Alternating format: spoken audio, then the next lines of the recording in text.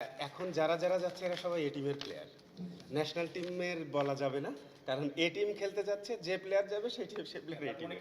ওইটা বললাম, ধরেন মুশফিক যাচ্ছে, মুশফিক কিন্তু এ টিমের হয়ে যাচ্ছে। মুশফিক আলাদাভাবে বলবো না ভাই। পাকিস্তান সফরটা তো আশা করি ভালোই হবে। আর তার থেকে বড় ব্যাপার যে আমাদের দিক থেকে যে গোছানোর ব্যাপার, ন্যাশনাল টিম এখনও আসলে ফুলফিল হয়নি, সময় বাকি আছে। ক্রিকেট বোর্ড যখন বলবে আমরা আসলে করে দিতে পারবো। আর এ টিম যে যাবে, ফার্স্টে আমাদের এ টিম যাবে। তো এ টিমটা আমাদের রেডি হয়েছে, আপনারা মনে হয় অলরেডি জানেন। ভাই এখন যারা যাচ্ছে এরা সবাই এ টিমের প্লেয়ার। ন্যাশনাল টিমের বলা যাবে না, কারণ এ টিম খেলতে যাচ্ছে, যে প্লেয়ার যাবে সে প্লেয়ার এ টিমে। আর এখন ওইটা বললাম, ধরেন মুশফিক যাচ্ছে, মুশফিক কিন্তু এ টিমের হয়ে যাচ্ছে। মুশফিক আলাদাভাবে বলবো না ভাই কারো কথা। তো এরকম যাবে আপনার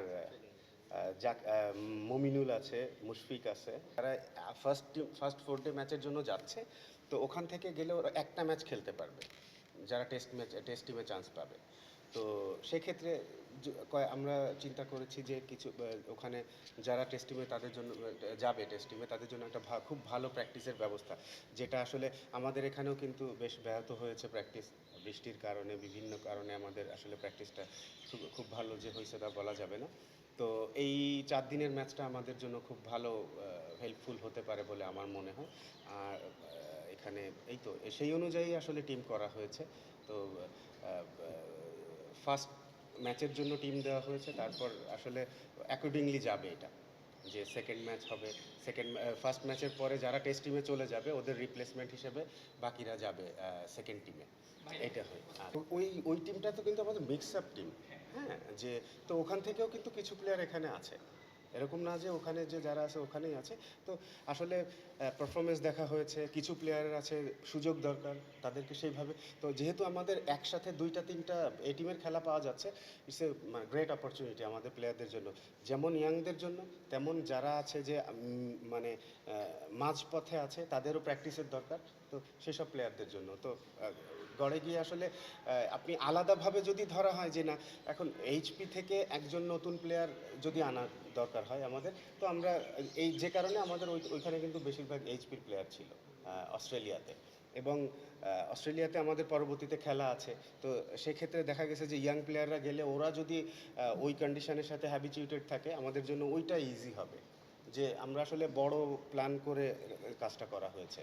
তো আর এই অস্ট্রেলিয়া যে এ টিম গিয়েছে, এইচপি টিম গিয়েছে, ওই এইচপি টিমের থেকেও কিন্তু আমাদের এখানে পাকিস্তানের টিমের প্লেয়ার যাচ্ছে পাকিস্তানের এই টিমের জন্য। ভালো প্লেয়ার, ভালো বোলার আনডাউটেডলি। আর আসলে ওর সুযোগ আসেনি লাল বলে খেলার, এই জন্য ওর খেলা হয়নি। বাট এমনি ওকে নতুন করে দেখার খুব একটা আহামরি কিছু নাই, এটা প্র্যাকটিসের জন্য। আসলে এটা তো আসলে প্র্যাকটিস ম্যাচই। তো যে একদম এখানে দেখে কিন্তু যে সিলেকশনের জন্য করা হয়েছে সেরকম আসলে না। কিছু কিছু ক্ষেত্রে তো দেখা হবেই, বাট এটা বেশিরভাগ ক্ষেত্রে হবে হচ্ছে এটা প্র্যাকটিসের জন্য। ওরা যাতে করে যে সব একটা বাঞ্চ অফ প্লেয়ার রেডি করা, যে যেহেতু আমাদের টেস্ট সিরিজ আছে সামনে, এই টিমের খেলা আছে, দুইটাই লাঙ্গার ভার্সন হবে। তো সেক্ষেত্রে এটা করা, ওয়ান ডেটা এর আগে করা হয়েছিল বিকজ অফ জাস্ট এই টিমের জন্য, যে পাকিস্তানে আমাদের ওয়ান ডে ম্যাচ আছে।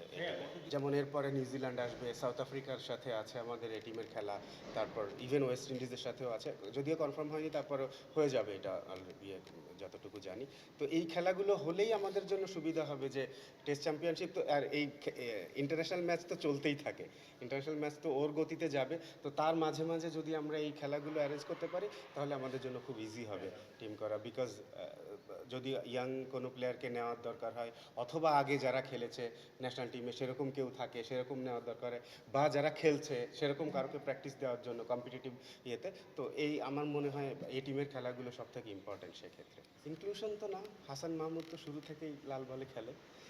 মাঝে ওর একটু সমস্যা ছিল, একটু ইনজুরি ছিল, টুকটাক কারণেই আসলে বাইরে গেছে। তার মধ্যে তার স্কিন ভালো করা শুরু করেছে, এবাদত তখন ভালো করছিল। তো যে কারণে ও থার্ড অপশনে চলে গিয়েছিল, এই আর কিছু না। ওকে কিন্তু ইনক্লুড করার কিছু নাই, ও কিন্তু অলরেডি ইনক্লুডেড।